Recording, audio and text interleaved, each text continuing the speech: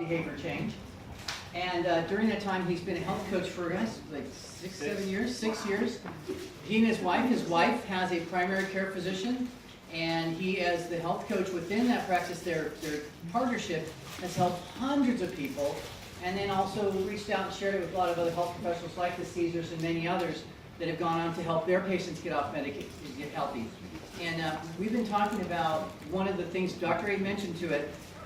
The quote is, what we know in science today, if we could help people overcome the psychological and the logistical barriers, we could help them get healthy in a matter of months. We know it, if they could just do it, right? Right. So Gary's going to talk a little bit about that because he's been having some great success in that area. And then we're going to bring up the rest of the panel.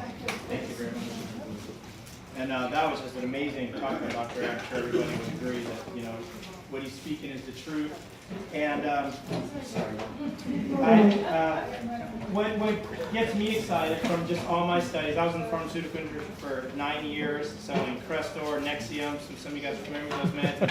I was a trainer where I tried to help people get healthy, teaching them how to eat, and then I became a coach.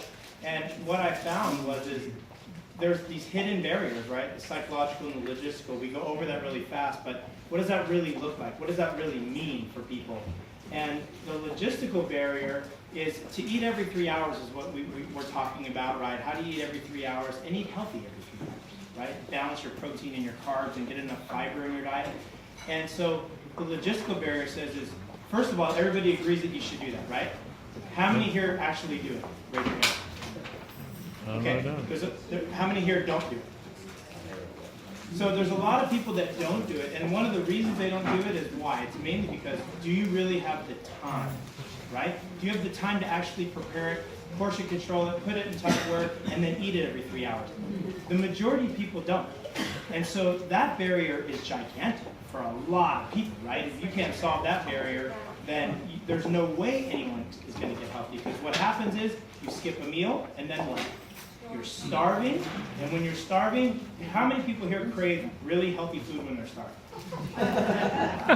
Yeah, very few people do, right? I crave In-N-Out Burger. I just like literally find myself driving In-N-Out unconsciously. But, so when you're really hungry, you crave, you know, either sugar or salt and fat, right? There's just only two ways you're going to go about it. So if you can't solve the logistical barrier, you're in trouble. So we solve that barrier, right, by using these foods as our fueling that we have right away. The other part of the logistical barrier is accessibility. So if you are hungry in 3 hours and you do not have this food available, what do you have at your fingertips right away? Possibly a vending machine or fast food or something. You go looking for something, there's always something very quick and easy to get. So that's what's happening to people, is they're gorging because they're starving. So we solve that barrier by providing these very, very healthy, accessible, ready to eat, right there in your pocket. When you're hungry, you eat it. So we solve that barrier. The other barrier is the psychological barrier, equally as powerful and really hidden. This is a hidden barrier for people, because when people are in pain, whether it's relational pain, physical pain, whatever it is, you know, or they're stress eaters, boredom eaters, whatever it is, that's the psychological barrier. You go to your cravings again.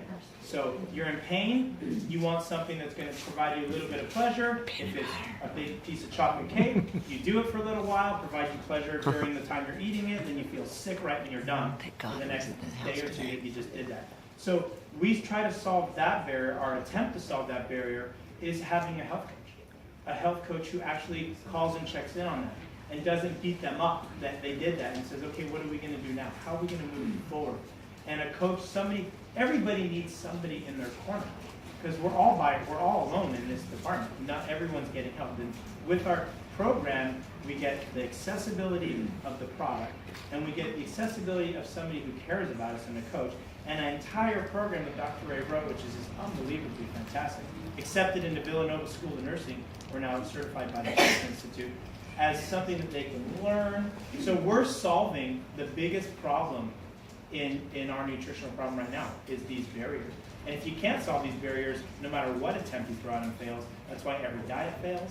That's why all the medications fail, because you're not solving any of these barriers. So that's one thing that got me so excited about, you know, longevity with this company, and knowing that I'm going to help thousands and thousands of people, because we solve something that nobody else can solve. So I just wanted to share that with you, so you can kind of put it in your mind that, you know, that is one thing you have if you join us at Take Shape for Life, is you now have the ability to solve the biggest problem in the world, facing this country especially.